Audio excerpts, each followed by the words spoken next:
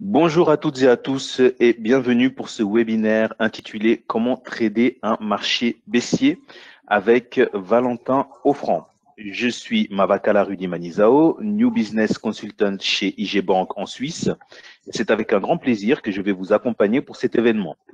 Nous désirons que ce webinaire soit le plus interactif possible, alors n'hésitez pas à poser vos questions dans la section prévue à cet effet ou directement dans le chat. Valentin y répondra soit au fur et à mesure, soit à la fin du webinaire. Avant de commencer, je vous invite à prendre note de cette petite note liée au risque du trading. Il est très important d'en prendre connaissance. Je vous laisse donc un instant pour le faire. Avant de laisser la parole à Valentin, je vais prendre quelques instants pour vous présenter le groupe IG. Alors, c'est un groupe qui a été créé dans les années 70, 70, coté sur le FTSE 250, capitalisé à hauteur de 3 milliards de livres sterling, et il y a plus de 2000 personnes qui y travaillent. Le groupe a des bureaux dans plus d'une dizaine de pays, avec une présence dans tous les grands centres financiers à travers le monde. Je vous propose maintenant de faire un zoom sur la Suisse. Donc, IG Bank est là depuis 2014 et depuis, c'est largement développé. Nous sommes au bénéfice d'une licence bancaire FINMA, ce qui veut dire que nous respectons strictement les normes les plus élevées de l'industrie et l'argent que vous déposez dans notre banque bénéficie du plus haut niveau de protection car nous sommes membres de ESI Suisse. Nous avons deux bureaux en Suisse, un à Genève, rue du Rhône, et un à Zurich, Paradeplatz, dans lesquels nous sommes ravis de vous rencontrer. Je vais maintenant vous présenter les avantages de traiter avec IG Bank. Donc concrètement, pourquoi choisir IG Bank? Nous avons une palette de produits synthétiques très large et nous sommes les leaders suisses des CFD. Via les CFD, vous pouvez traiter plus de 17 000 valeurs. De plus, nous avons une liquidité excellente, une exécution de premier ordre sur votre trading, un spread et des commissions très compétitifs, un service client réactif qui fonctionne 24 heures sur 24, 7 jours sur 7, c'est-à-dire que quand nos bureaux sont fermés, il y a toujours quelqu'un qui sera joignable pour vous aider à répondre à vos questions, et ceci dans votre langue. Nous vous proposons une technologie de pointe via notre plateforme de trading, aussi disponible en application mobile. Et puis, vous pouvez aussi vous entraîner, vous familiariser à notre plateforme en souscrivant à un compte démo. Nous proposons aussi d'autres systèmes d'exécution tels que L2 ou des systèmes tiers comme MT4 ou Pro Realtime. Et finalement, nous proposons une plateforme éducative pour améliorer les connaissances en trading de nos clients. Ceci via des cours online ou des webinaires tels que celui auquel vous allez assister dans quelques instants. Donc, si vous souhaitez tester ce service hors pair, vous trouvez toutes les informations sur la page qui s'affiche en ce moment sous vos yeux et je me ferai un plaisir de vous accompagner lors de l'ouverture de votre compte ou pour répondre à vos questions. Nous sommes aussi présents sur les réseaux sociaux et nous y publions tous les jours une revue quotidienne des marchés. Cette revue vous permet en 2 minutes d'avoir une vue d'ensemble rétrospective des marchés. Tous les mois, nous envoyons une chronique mensuelle à nos clients. D'ailleurs, j'invite vivement celles et ceux qui sont déjà clients chez nous à la consulter. Donc, je ne vais pas vous faire attendre plus longtemps et je donne la parole à Valentin qui va nous partager ses connaissances et son point de vue sur la fameuse question « Comment trader un marché baissier ?» Alors, bonsoir à toutes et à tous. J'espère que vous allez bien. Ça fait à peu près 2 mois que de la dernière de mes présentations. Alors, voilà, je vais partager mon écran. J'espère que vous le voyez bien. Donc aujourd'hui, le sujet du jour, c'est comment trader un marché baissier. Je vais vous partager mon expérience des marchés pour trader voilà, les bear markets, étant donné que nous sommes dans un et qu'à mon avis, il n'est pas prêt de se terminer. Donc, pour ceux qui ne me connaissent pas, je suis un analyste des marchés indépendant. J'étais anciennement analyste des marchés pour FXCM, puis pour Daily FX. J'ai une certification d'analyse technique, le CFTI pour ceux qui connaissent, et j'ai récemment passé le niveau 2 du CFA. Alors, un petit avertissement avant de poursuivre. Donc, cette présentation n'est que le partage de ma propre expérience sur les marchés. Il y a une multitude de façons de trader les marchés baissiers et je ne détiens en aucun cas la vérité. Je pense qu'il y a voilà, énormément de moyens de trader. Donc, ce qui fonctionne de mon côté va pas forcément fonctionner du vôtre. Le but de cette présentation est avant tout éducative pour que vous vous inspiriez. Peut-être que ça va vous donner des idées pour voilà, améliorer votre trading des marchés baissiers. Donc, quand je parle des marchés baissiers, c'est surtout sur les marchés actions, même si ça peut s'appliquer sur le marché des cryptos dans une plus faible manière. Mais voilà, c'est avant tout pour le marché actions, pour les indices, pour les actions. Voilà.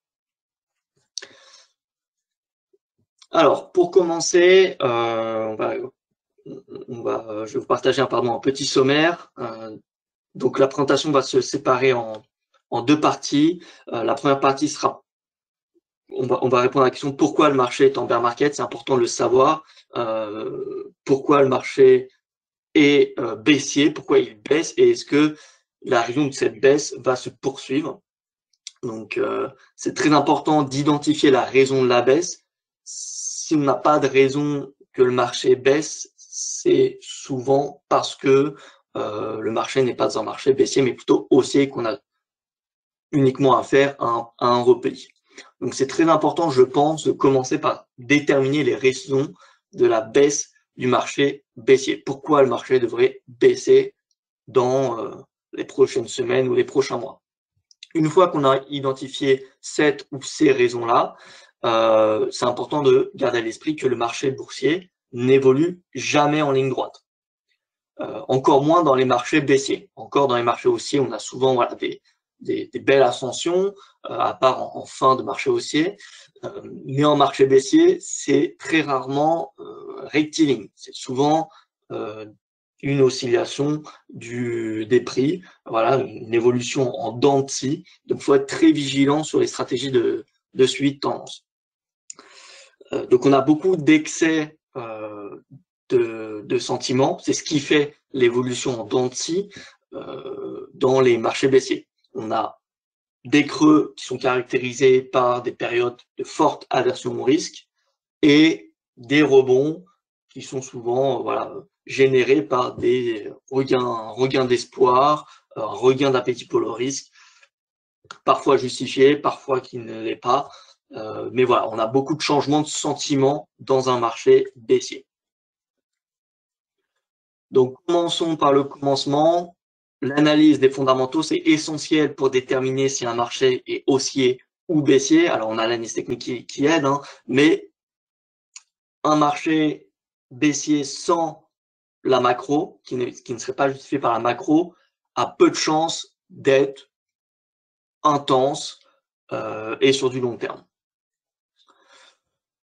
Donc, je vais vous partager voilà, cette slide que vous voyez depuis quand même pas mal de temps si vous suivez mes présentations depuis le début de l'année. On voit ici, alors c'est assez synthétique, hein, il y a des exceptions, bien entendu, mais on voit que dès qu'on a une économie qui ralentit et qu'on a une banque centrale comme la Fed qui resserre sa politique monétaire, ce qui est le cas depuis le début de l'année, hein, eh bien, on a une performance nulle du S&P 500 en moyenne hein, depuis 1950, et on a une volatilité qui est assez importante. Voilà. Alors qu'en 2020-2021, ce qu'on avait, c'était une économie qui accélérait et on avait une politique monétaire de la Fed qui était ultra accommodante. Et donc là, on a les meilleurs rendements pour les actifs risqués, que ce soit le marché actions ou même le marché des crypto-monnaies. Ça s'explique tout simplement par le fait que les banques centrales, enfin les politiques monétaires des banques centrales et la santé de l'économie mondiale ont une influence très importante sur la liquidité. Les deux, hein, pas seulement les banques centrales. La liquidité est également influencée par l'économie mondiale. Dès que l'économie ralentit, dès que les perspectives économiques s'assombrissent, on a des opérateurs de marché qui sont de plus en plus prudents. Et donc, on a des actifs, un appétit pour le risque qui est moindre. et donc des actifs risqués qui ont plus de mal à progresser, voire même reculent. Voilà, donc ce n'est pas que les banques centrales qui ont une influence sur la liquidité, c'est très important à le garder à l'esprit. Donc en ce moment, on est vraiment dans une période négative pour les actifs risqués, et a priori, il y a de fortes chances que ça continue ces prochains trimestres, voire même tout au long de 2023. Il y a peu de chances que d'ici un an, on a la Fed qui redevienne accommodante, c'est-à-dire baisse ses taux, et que l'économie mondiale reparte de l'avant. À moins que, d'ici là, évidemment, si on a une grosse récession, ça sera bien évidemment le cas. Mais si on a une grosse récession, on aura beaucoup de baisse des actifs risqués avant un rebond. Donc, pour le moment, la tendance, en tout cas de ce que je vois, les perspectives pour moi vont continuer à s'assombrir et les actifs risqués vont continuer d'être pénalisés par la dégradation des fondamentaux. Donc, les actifs les plus spéculatifs et les plus cycliques sont souvent les premiers à montrer des signes de faiblesse. On le voit depuis la fin de l'année dernière. On avait le Russell 2000 qui a inscrit un top en novembre 2021. Beaucoup plus tôt, au printemps 2021, on avait toutes les bulles spéculatives qui avaient inscrit leur top et qui commençaient à éclater, à chuter, hein, comme le fonds ARKK qui regroupait beaucoup de valeurs de croissance. Et à l'inverse, les actifs risqués les plus qualitatifs, donc ça reste des actifs risqués, mais les plus qualitatifs, les plus défensifs, par exemple comme Coca-Cola, si je devais citer qu'elle, mais il y en a énormément, il y en a plein d'autres, c'est souvent les dernières à montrer des signes de faiblesse. Comme on le voit, hein, les utilities, le secteur des utilities du S&P 500 a fait son top que récemment, alors que le fonds ARKK l'a fait 1 an et demi plus tôt.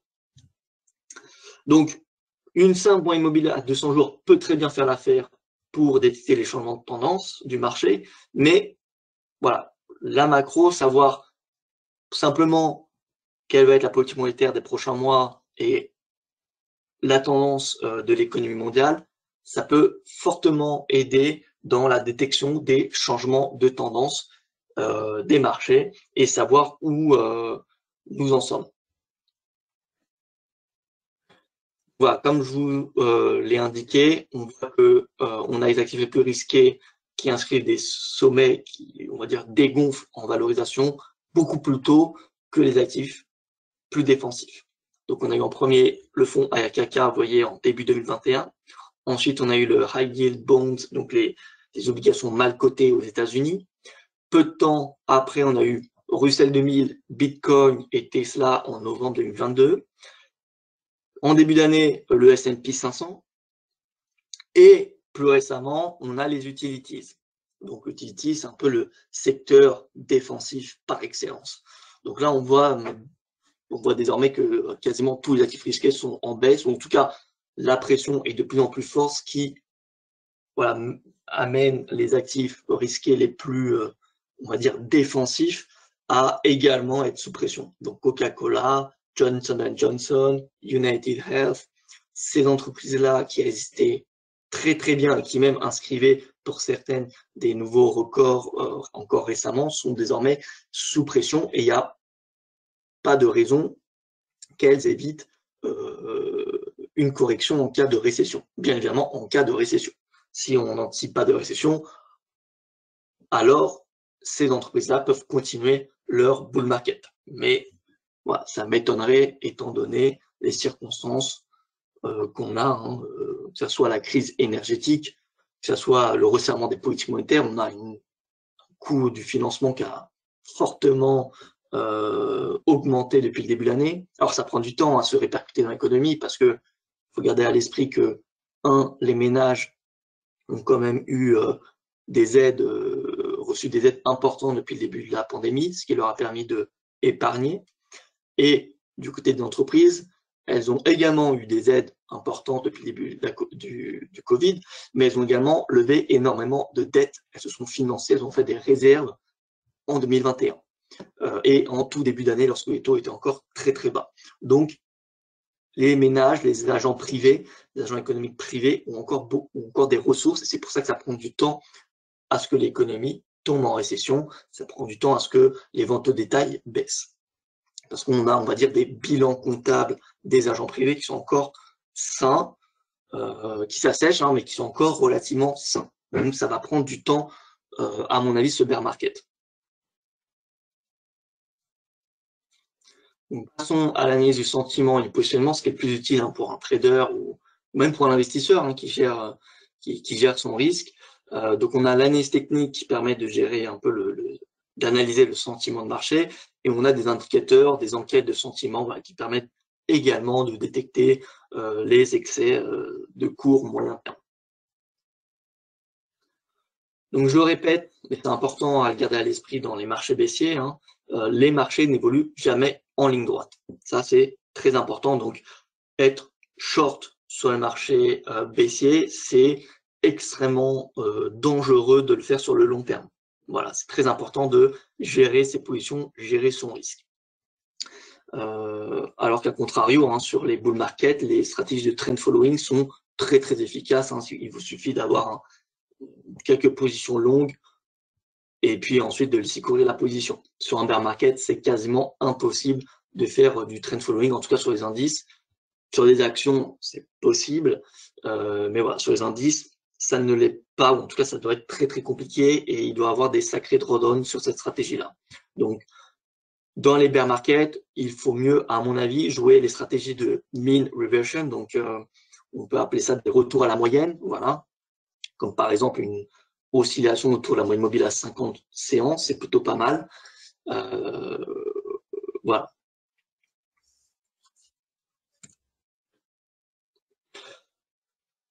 Donc dans les bear markets, il faut toutefois privilégier, hein, les stratégies baissières, même si le marché n'évolue pas en ligne droite, autant mettre les chances de son côté et trader dans le sens de la tendance de fond. Donc les stratégies haussières sont beaucoup plus risquées que les stratégies baissières et ont souvent beaucoup plus de chances d'être des faux signaux. Lorsqu'on a des signaux d'achat dans les bear markets, on a beaucoup de bull trap ou de faux signaux haussiers ou beaucoup de bruit. C'est beaucoup plus compliqué d'exploiter en général les signaux haussiers dans les bear market que les signaux baissiers. Pour shorter un marché baissier, il est préférable de le faire après un rebond. Il y a beaucoup de personnes qui suggèrent de trader les breakouts dans les marchés baissiers. Personnellement, je ne suis pas du tout fan de cette stratégie-là, parce que souvent, lorsqu'on a un breakout, donc une cassure d'un support d'un marché baissier, c'est souvent la fin, ou en tout cas proche de la fin d'un mouvement de baisse. Donc, si vous rentrez à la vente à ce moment-là, vous pouvez être en plus-value pendant quelques séances, mais très rapidement, en tout cas très souvent, le marché va ensuite faire un rebond important au-dessus de ce support-là, et donc vous allez vous retrouver avec un PNL négatif. Et si vous avez mis un stop relativement proche du point d'entrée, vous êtes quasiment certain de vous faire sortir en perte. Donc, moi, ce que je recommande, ou en tout cas ce que je vous invite à analyser, à étudier sur le marché baissier, c'est plutôt de shorter les rebonds et de payer les replis. C'est totalement l'inverse de ce qui est recommandé de faire dans les tendances haussières. Dans les tendances haussières, on achète les breakouts haussiers et on vend, on clôture notre position lors des breakouts baissiers. Voilà, donc là, il faut faire, en tout cas ce que je recommande, c'est faire l'inverse, c'est vraiment vendre les rebonds et acheter les replis majeurs. Voilà, mais toujours, je recommande plutôt de trader dans un sens dans les marchés baissiers pour les novices, surtout, hein, pour les novices, c'est de se concentrer que sur les stratégies qui vont dans le sens de la tendance de fond. Donc dans un bear market, ça va être plutôt privilégier les stratégies short plutôt que les stratégies d'achat. Comme j'ai expliqué, les stratégies d'achat ont beaucoup plus de faux signaux. On va le voir ensuite, hein, dans des graphiques, ne vous inquiétez pas. Et il est impératif de toujours attendre une confirmation du prix. Donc peu importe votre indicateur, et encore plus, hein, pour les stratégies haussières, toujours attendre une confirmation du prix, donc un signal haussier du prix. Voilà, donc on va étudier quelques exemples. Là, on a le bear market depuis le début de l'année, avec le RSI en haut, les chandeliers en bas. On voit que les chandeliers sont colorés d'une certaine façon. Alors en vert, c'est tout simplement lorsque le RSI à 14 jours est en dessous de 50, d'accord? Et en rouge, lorsque le RSI à 14 jours est au-dessus de 50. Voilà, donc concrètement, les chandeliers peuvent soit être verts, en dessous de 50, ou rouge, au-dessus de 50. Et vous notez que, ici, depuis le début de l'année, on a eu 3 bottoms majeurs, et ces 3 bottoms majeurs n'ont pas été simples pour mettre en place des stratégies acheteuses. Si par exemple, vous aviez fait un achat ici parce qu'on avait un super avalement haussier, eh bien, vous voyez que vous y aurez eu un repli. Vous auriez eu quelques jours de hausse en positif et ensuite un PNL négatif avant le rebond. Pareil à ce moment-là, on voit qu'ici on a quelques figures en chandelier japonais, une évolution en dents de scie pendant plus d'un mois. Donc c'est important d'analyser aussi le temps. Hein. Dans le bear market, ça prend du temps à rebondir, à se retourner à la hausse et à la baisse. On voit que ça a pris plus d'un mois avant de réellement voir un rebond. Alors que les signaux baissiers, par exemple ici, hein, on a une clôture sur la moyenne mobile à 12 séances. Donc, moi, ce que j'aime bien ici, par exemple, une idée de stratégie. Alors, de toute façon, ce n'est pas une stratégie clé en main qui va suffire à être gagnant sur les marchés, mais ça peut donner des idées. C'est d'attendre que le RSI soit au-dessus de 50. Donc, on est en gros une respiration du momentum. Ça peut être le RSI, ça peut être le stochastique, peu importe. L'idée, c'est d'avoir une respiration du momentum, un momentum qui devient majoritairement haussier, et qu'ensuite, on a un repli sous une moyenne mobile de très court terme. Donc, une moyenne mobile de 10 séances, 12 séances, c'est pareil. Voilà, on a le repli, et du coup, on a le signal de vente. Et là, vous voyez, puisqu'on traite dans le sens de la tendance de fond, ça va tout seul. En l'espace de 2 mois, on a 20%, 15-20% de baisse sur le S&P. Un petit moment de respiration, et à nouveau 10% de baisse. Pareil, en août, après un top important, jusqu'à la moyenne mobile à 200 périodes, l'oblique, vous voyez, c'était une zone de résistance très très importante. Techniquement, ça se voyait que c'était une résistance. Après, le cours aurait très bien pu continuer à la hausse, mais on voit que en avance, c'était un niveau de prix à surveiller. Donc bref, on a un rebond de 20%, 25% même, 20 ou 25% ici, ce qui est énorme hein, dans un bear market. On a même un RSI qui est suracheté, ce qui est extrêmement rare, même si vous regardez les bear markets, par exemple, de 2008 ou de 2001-2002, c'est très très rare qu'on ait un RSI suracheté, en journalier, bien entendu. Et vous voyez, par contre, dès qu'on a repli soit moyenne mobile à 50, soit moyenne mobile pardon, à 10-12 séances, on voit qu'ensuite, on a le mouvement de baisse qui dure 2 mois, et on a encore 20% de baisse. Là, depuis voilà, quelques semaines, on a eu une consolidation puis un rebond. Ça n'a pas du tout été facile à acheter ici parce qu'on a eu beaucoup de bruit. Maintenant, pour ceux qui l'ont fait et qui ont toujours une position à l'achat, tant mieux. Le marché pourrait éventuellement revenir à la moyenne mobile à 200 séances. Un peu moins de chance d'un retour à moyenne mobile, d'un retour à l'oblique. Pourquoi? Tout simplement parce que les marchés, si vous regardez sur le long terme, ça suit les cycles économiques. C'est pour ça qu'on dit que les marchés sont en avance sur l'économie. On a les mêmes oscillations, un peu, enfin plus ou moins, hein, mais en tout cas ça ressemble beaucoup. On a des tops qui sont à peu près, voilà, au même moment, à quelques mois près que les tops de croissance, et les bottoms qui sont au moment où, enfin peu de temps avant que le marché, que l'économie, pardon, rebondisse.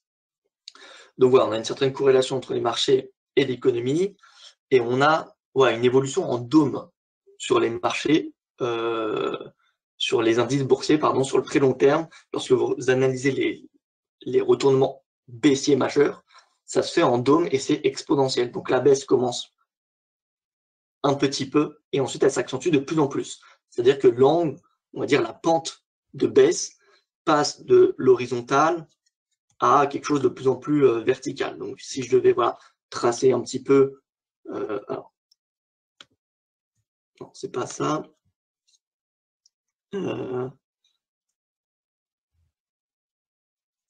Voilà. On va dire qu'on commence avec un angle faible.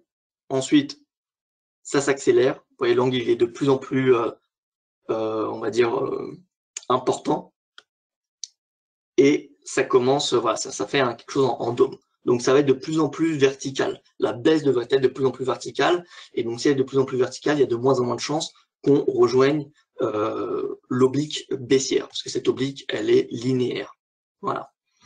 Donc, il faudra, à mon avis, de plus en plus faire attention à cette oblique et de moins en moins anticiper un retour à celle-ci. Donc, si on a un retour, c'est possible, mais ça va être de plus en plus compliqué à rejoindre cette oblique.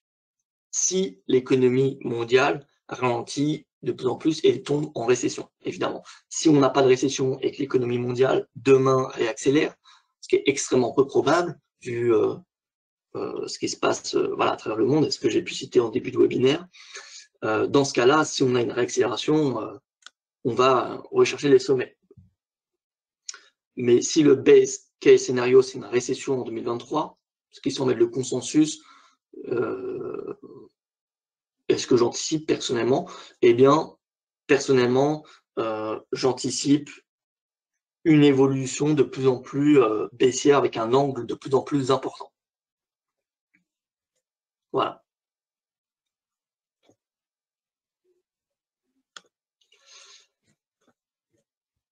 Alors,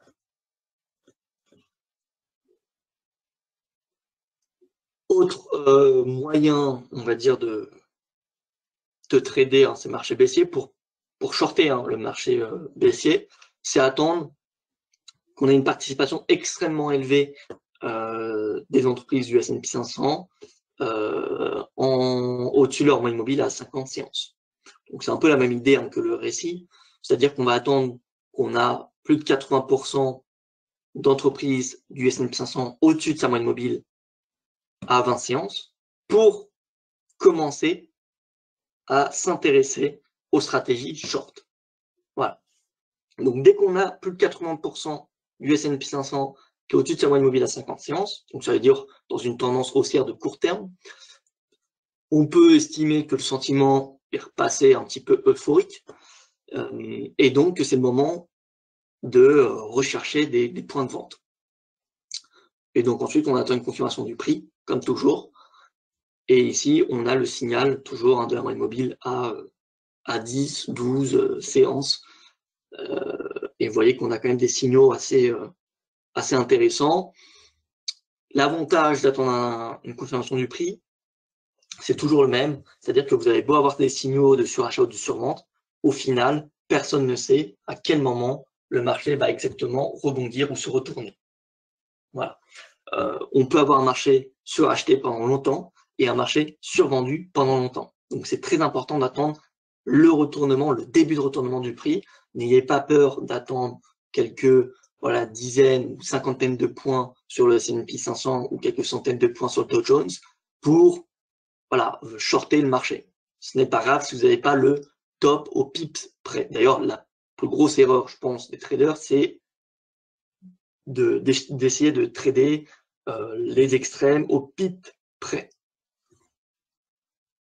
Donc là, on voit, cette capture d'écran, elle a été faite il y a quelques jours maintenant, mais on voit qu'on est relativement proche. On n'est pas obligé d'avoir eu un esprit systématique sur les règles, qui sont présentées ici. Donc là, par exemple, ce qui est proposé, c'est d'attendre plus de 80% d'actions au-dessus de sa moyenne mobile à 20 séances. Maintenant, on peut très bien, si c'est 78%, si c'est 75%, la logique, elle est quand même respectée. La logique, c'est que on ait un sentiment euphorique et qu'on attend ensuite une confirmation baissière du prix pour passer à la vente. Voilà, donc on n'est pas obligé non plus d'être rigoureux à 100% sur ces règles. Alors bien évidemment, ça ne s'adapte pas à tout le monde, forcément. Moi, je vous partage ma propre expérience. J'aime beaucoup les règles systémiques, les règles de trading strictes, mais j'aime bien quand même avoir une certaine flexibilité, avoir un esprit discrétionnaire sur mes décisions. Sinon, autant mettre en place un robot de trading et le laisser tourner. Autre façon de aider, d'analyser les excès ou sentiments, c'est de regarder tout simplement le ratio put-call. Une moyenne mobile à 10 séances du ratio put-call, ça peut faire l'affaire pour savoir où sont les moments un peu d'euphorie et où sont les moments de pessimisme. Par contre, le put-call n'est pas un indicateur qui est borné, c'est-à-dire qu'il n'évolue pas entre deux bornes, donc il peut très bien aller à, en théorie, il peut très bien aller à plus 1000 comme moins 1000. Maintenant, c'est un ratio qui fluctue la plupart du temps autour de 1. Ce niveau-là n'est pas très très important. Ce qu'il faut surtout surveiller, c'est les fluctuations de la moyenne mobile. Donc on voit dès que cette moyenne mobile dépasse les anciens plus hauts dans un bear market et qu'il est à la hausse depuis quand même un certain temps, c'est souvent un signe d'euphorie. À l'inverse, lorsqu'on a cette moyenne mobile du ratio put-call qui descend depuis plusieurs semaines et qui se rapproche d'un bottom, ça veut dire qu'on s'approche d'une période d'euphorie, de pessimisme. Non, pardon, excuse-moi, d'euphorie. Dès que le ratio put-call descend, c'est de l'euphorie, et dès qu'il monte, c'est de la panique.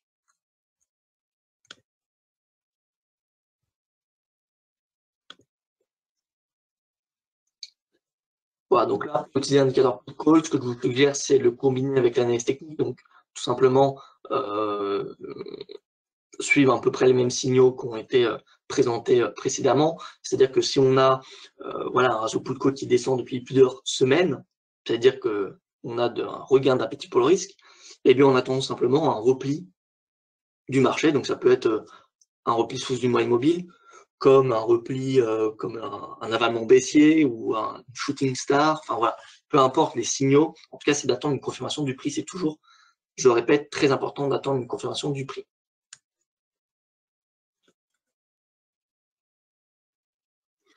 On a également un spread qui est peu connu, en tout cas que je vois peu auprès des traders, c'est le spread entre le VIX 6 mois et le VIX à 9 jours.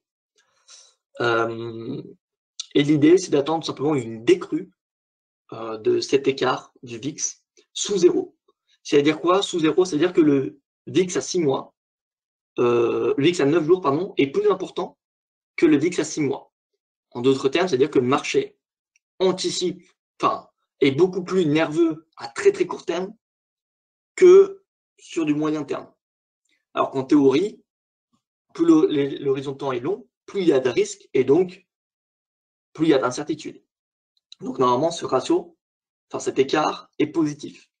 S'il est négatif, c'est un signe de panique et donc ça peut être le moment de s'intéresser aux stratégies acheteuses. Attention, ça ne veut pas dire qu'il faut acheter les yeux fermés lorsque cet écart est négatif. Simplement, il faut commencer à s'y intéresser. On voit que lorsque cet écart est négatif, on a quand même des périodes d'oscillation et ensuite suivi d'un rebond du S&P. Ce n'est pas une garantie que le marché va rebondir, mais en tout cas, le ratio risque-rendement, c'est comme ça qu'il faut analyser les marchés, à mon avis. Le ratio risque-rendement, lorsque cet écart est négatif, est plutôt en faveur des achats que des vendeurs. Et enfin, on a des enquêtes d'opinion qui sont très connues, comme l'enquête AAII Bull Bear Spread. Donc, c'est tout simplement l'écart entre les investisseurs particuliers américains bullish et les investisseurs américains, particuliers plutôt américains bearish. Lorsque cet écart est très négatif, il faut plutôt adopter un esprit contrarien et donc anticiper plutôt un rebond des marchés. En tout cas, le ratio risque-rendement est en faveur des achats lorsque cet écart est très négatif. Et à l'inverse, lorsqu'il est extrêmement important, il faut plutôt opter pour de la prudence et même éventuellement shorter le marché. Alors attention, cette enquête, pardon, est très rarement extrêmement positif dans les marchés baissiers. Dans les marchés baissiers, on a souvent un regain d'optimisme qui permet à ce sentiment de revenir dans cette zone orange, voire rouge un petit peu, mais c'est jamais au maximum. Donc, il ne faut pas attendre que l'enquête AAII Bull Bear Spread atteigne plus 100 pour chercher à shorter le marché. En fait, dès qu'on a des enquêtes d'opinion ou des indicateurs de sentiment qui redeviennent neutres, sur du long terme, eh bien, c'est suffisant pour s'intéresser aux positions short dans les marchés baissiers. Je dis bien dans les marchés baissiers. Pareil, hein, si vous regardez le Fear and Greed Index de CNN, depuis le début de l'année, il n'est pas encore allé au-dessus de 80, il me semble. Voilà, donc il ne faut pas attendre que ces indicateurs de sentiment, ces enquêtes d'opinion plutôt, soient à leur maximum pour s'intéresser aux stratégies short dans les bear markets. Je précise bien dans les bear markets parce que c'est très important de préciser. Donc moi personnellement, je préfère privilégier les achats lorsque cette enquête d'opinion est extrêmement bearish et m'intéresser aux positions short lorsque cette enquête redevient relativement neutre sur du long terme. Voilà, ce qui est le cas depuis 1 ou 2 semaines. Maintenant, la question que beaucoup se posent, quelle durée avant la fin du bear market? Combien de temps ce bear market peut durer? Alors, j'ai essayé de répondre à cette question avec mes propres observations, mes propres connaissances. Bien évidemment, je n'ai pas une boule de cristal entre les mains. Le plus important, j'espère que vous l'avez compris jusqu'à maintenant, c'est pas de savoir quand est-ce qu'on va avoir le point bas, mais c'est surtout de savoir où sont les vents. Est-ce qu'on a plutôt des vents contraires ou des vents arrière au marché, aux actifs risqués. De façon générale, pas forcément qu'au marché boursier, mais aux actifs risqués. Donc j'inclus également les crypto-monnaies là-dedans. Et là, oui, c'est le cas et ça va très probablement être le cas. Les chances sont pour qu'on ait une poursuite du bear market parce qu'on a la macro qui va continuer à se dégrader. Voilà, donc ça c'est le plus important selon moi à garder à l'esprit de ce webinaire, c'est que tant qu'on a les perspectives qui se dégradent, on a des actifs risqués qui font face à des vents contraires très importants. Donc c'est beaucoup plus difficile pour que les actifs risqués rebondissent et pour que les bonnes nouvelles soient bullish pour les marchés. Voilà. Donc la durée, personne ne sait. Personne ne sait combien de temps ça va durer. En tout cas, si on regarde là depuis le début de l'année, donc ça fait 10 mois, 10, 11 mois qu'on est dans le bear market. On a eu 3 bear market rally, donc BMR, bear market rally, de au moins 10 à 20% en 20-40 séances. Donc on voit c'est entre 1 et 2 mois, on va dire, de bear market rally. Là, le bear market a commencé mi-octobre, donc on voit qu'a priori ça pourrait durer au moins jusqu'à la mi-novembre, voire même jusqu'à la mi-décembre. Et de 10-20%, donc ça veut dire qu'on pourrait très bien remonter à 4000-4100 points avant la nouvelle baisse de 15-20%. Vous voyez, 2 bear market rallye, donc 2 rallyes, 3 corrections. Si on regarde le bear market de 1973-1974, je vais sélectionner, on va dire, les bear markets les plus grands, parce que les plus grands et les plus, les plus probables, je veux dire, où la situation est la plus comparable avec aujourd'hui. 1973-1974, c'est une période de très forte inflation où la Fed a lutté pour calmer l'inflation, elle a relevé drastiquement ses taux, voilà, elle était très agressive. Et on voit qu'on a eu un bear market de 2 ans, à peu près 24 mois, ce qui est énorme. Vous voyez, ça avait commencé en janvier 73 et on avait terminé en septembre-octobre 74. Donc un peu moins de 2 ans. On va dire, ça fait 22 mois à peu près. 22 mois de bear market contre 10 aujourd'hui. Donc vous voyez que ça peut encore durer longtemps. On a eu 3 rallyes de 10 à 25%, pas plus. Et par contre, ils ont été beaucoup plus longs, hein, ces rallyes. Ils ont duré entre 2 mois, 20 séances, et enfin pardon, 1 mois, 20 séances, et quelque chose comme à peu près 3-4 mois. C'est 70 séances, voilà, 3 mois et demi. Et c'était de 10 à 25%. Et on a eu 3 corrections importantes qui ont duré entre 2 mois à, vous voyez, 6 mois, hein, 190 séances, c'est 6 mois. Donc c'était très important. Et on voit, hein, l'utilité ici de la moyenne mobile à 200 séances. Donc évidemment, elle n'est pas, faut pas reposer que sur un seul indicateur. Là, on voit que sinon, on aurait eu un signal d'achat. C'est très important, à mon avis, de combiner l'analyse technique et la macro. Là, à ce moment-là, on avait la macro qui se dégradait. On avait par exemple l'enquête ISM qui se dégradait. Donc, ce signal était facilement évitable. Hein. On pouvait l'éviter facilement, ce signal haussier. Si on regarde le bear market de 2000-2002, aussi comment dire, en accord avec ce qu'on connaît aujourd'hui, parce que 2000-2002, c'était l'explosion d'une bulle Internet, et c'est le cas actuellement. On a eu une bulle, hein, en 2020 qui s'est formée. L'explosion a commencé début 2021 avec le fonds, notamment toutes les valeurs, hein, qui sont comprises dans le fonds ARKK, donc Palantir, Snap, enfin voilà, un tas de valeurs qui ont commencé à acheter, Zoom, voilà, donc toutes ces entreprises tech qui étaient loin d'être rentables et qui étaient valorisées à des multiples de valorisation à 3 chiffres, eh bien, se dégonflent depuis plus d'un an. Donc, l'éclatement de la bulle a commencé. C'est pour ça qu'on a quelque chose d'assez comparable à 2000-2002. À mon avis, ça va être, ce qu'on connaît aujourd'hui, c'est un mix entre 73-74, 2000-2002 et une touche de 2007-2008. Voilà, donc 2000-2002, on a eu énormément d'oscillations du marché. 6 bear market de 10 à 25%. Ça a duré entre 15 séances, donc c'est très peu, en 15 séances, c'est 3 semaines, et 50 séances. Donc c'est, vous voyez, des rallyes, hein, vraiment très courts. Donc entre 3 semaines et on va dire 2 mois, un peu plus de 2 mois. Et on a eu cette correction de 30 à 150 séances, donc c'est un peu plus d'1 mois jusqu'à près de 6 mois. Et vous voyez encore ici l'utilité de la moyenne mobile à 200. Dès qu'on s'y approche, après un rebond majeur, c'est souvent pertinent de commencer à s'intéresser aux stratégies vendeuses.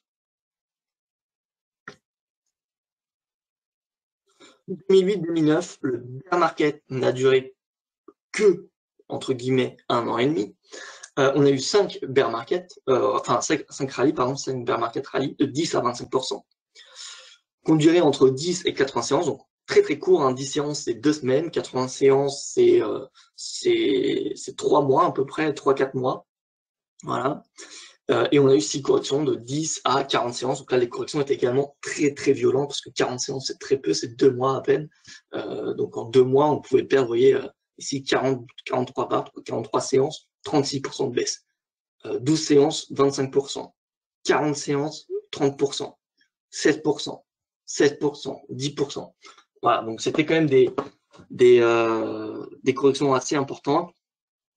La moyenne mobile à 200 jours, encore une fois, assez pertinente. Vous voyez qu'elle n'est pas toujours atteinte avant que la baisse reprenne. Et vous voyez ce dôme, hein, que j'expliquais précédemment, on voit que la baisse commence, les tops se forment par une consolidation, ensuite on a un début de baisse, et ensuite la baisse est de plus en plus verticale, elle est de plus en plus prononcée. Voilà, d'où la raison pour laquelle, si on trace une oblique, eh bien il y a peu de chances que vers la fin du bear market, on ait un rebond jusqu'à l'oblique. Voilà.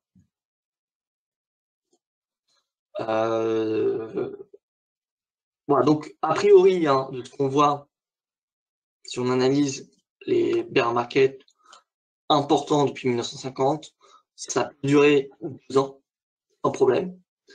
Ça peut également être beaucoup plus court, comme 10 mois. Pardon, comme 1 an, oui. 1 an, c'est possible. Mais cela nécessitera comment dire, une amélioration de la macroéconomie. À savoir toutefois que le marché boursier commence à rebondir avant la macro. Donc, même si la macro est utile pour déterminer, on va dire, le sens des stratégies, s'il faut plutôt privilégier les stratégies acheteuses ou les stratégies vendeuses, ce n'est pas non plus le Saint Graal, parce que le marché rebondit 3 à 5 mois avant la macro. Donc, si la macro s'améliore dans quelques mois, c'est-à-dire que le point bas qu'on a fait en septembre est très probablement le point bas du marché qu'on va débuter un nouveau marché haussier. Maintenant, si on estime que la macro va se dégrader pendant encore 6 mois, 1 an, ce qui est plutôt mon opinion, et bien du coup, il y a peu de chances qu'on ait fait le point bas. Voilà, donc au final, rien n'est écrit, rien n'est garanti, on va dire, avec les indicateurs, avec les analyses qu'on peut faire sur les marchés ou sur la macro. Mais ça permet d'avoir une certaine idée de ce qu'on peut attendre. Au final, tout ce qu'on analyse au quotidien permet de dessiner, on va dire, un plan, une image au fur et à mesure. Voilà. Donc, on ne connaît pas aujourd'hui ce qui va se passer exactement dans 6 mois. Donc, il faut suivre, je pense, régulièrement ce qui se passe, quotidiennement, dans l'idéal. Et tant qu'on n'a pas d'amélioration de la macro, et tant que le marché n'évolue pas au-dessus de la moyenne mobile à 200 séances, il y a peu de chances qu'on ait voilà, un rebond. À mon avis, on aura ce rebond, ce point bas du marché, après que la Fed baisse ses taux.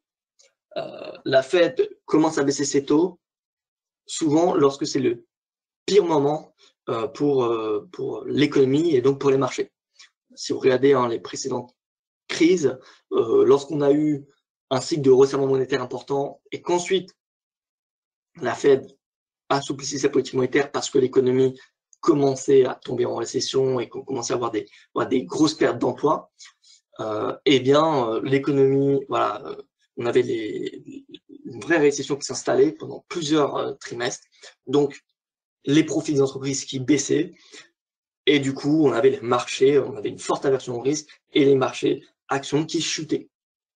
Donc c'est pas parce que dans quelques mois la Fed va ralentir son resserrement monétaire qu'il faudra passer à l'achat, et ce n'est pas parce que peut-être dans 6 mois, quelque chose comme ça, peut-être un peu plus, si entre 6 mois et 1 an, c'est pas parce que la Fed baissera ses taux, commencera à baisser ses taux, qu'il faudra passer à l'achat. Il faudra surveiller la macro. Si la Fed baisse ses taux parce que l'inflation est revenue à 2% et que l'économie va bien, dans ce cas-là, oui, c'est une bonne raison de passer à l'achat. Maintenant, si la Fed baisse ses taux parce qu'on a des destructions d'emplois aux États-Unis, qu'on a une récession, alors il faudra continuer à shorter le marché et c'est à ce moment-là qu'on connaîtra voilà, les moments les plus violents. Là, on a eu ici la récession, pardon, c'était à ce moment-là, en 73-74, donc c'est la zone grise. Vous voyez que la zone grise, c'est là où on a eu la plus grosse baisse, hein, moins 40%. 2000-2002, c'était moins 30%. On a eu un autre moins 30% après. 2000-2002, c'est le seul bear market depuis 1950 où le point bas du marché a été enregistré après l'économie. Donc là, on a eu la récession et l'économie a rebondi à ce moment-là. Mais le marché, beaucoup plus tard, 1 an plus tard, on a eu le rebond. Donc c'est la seule exception. 2000-2002, c'est la seule exception depuis 1950. Donc on a eu beaucoup de récessions depuis 1950. C'est la seule exception où le marché n'a pas fait son point bas avant la macro. C'est la seule. Voilà. Donc, encore une fois, tout est une question de probabilité. Si on joue les probabilités, alors on estime que le marché fera son point bas avant la macro.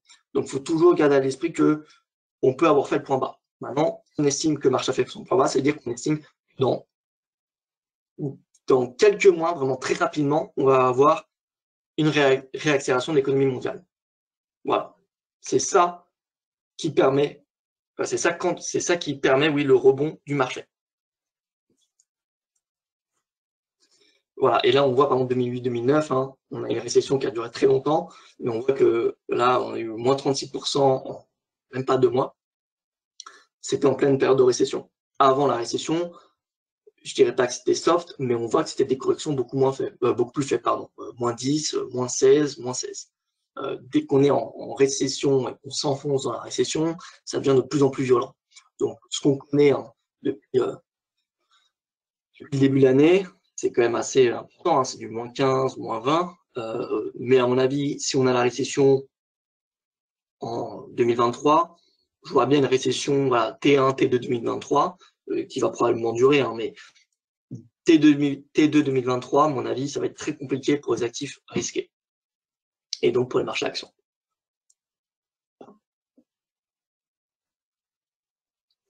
Voilà, donc moi j'ai terminé ma présentation. Je ne sais pas si vous avez des questions. Si vous en avez, n'hésitez pas à me les poser. Et ça me ferait plaisir d'y répondre.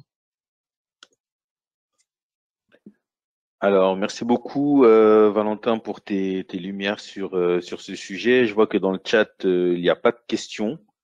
Donc, sentez-vous à l'aise d'en poser au cas où. On va attendre encore quelques secondes. S'il y en a certains qui ont des questions. Bon, ça n'a pas l'air d'être le cas. Alors, merci encore à toi, Valentin. Et puis, au cas où, une fois que vous aurez terminé la session, vous allez recevoir un sondage concernant votre avis par rapport au sujet qui a été traité ce soir, et puis vos suggestions pour les prochains webinaires. Vous aurez accès à la version enregistrée de ce que vous venez de voir par email demain à partir de 10h du matin. Voilà, donc merci à vous d'avoir suivi le webinaire et je vous souhaite une bonne soirée. Au revoir.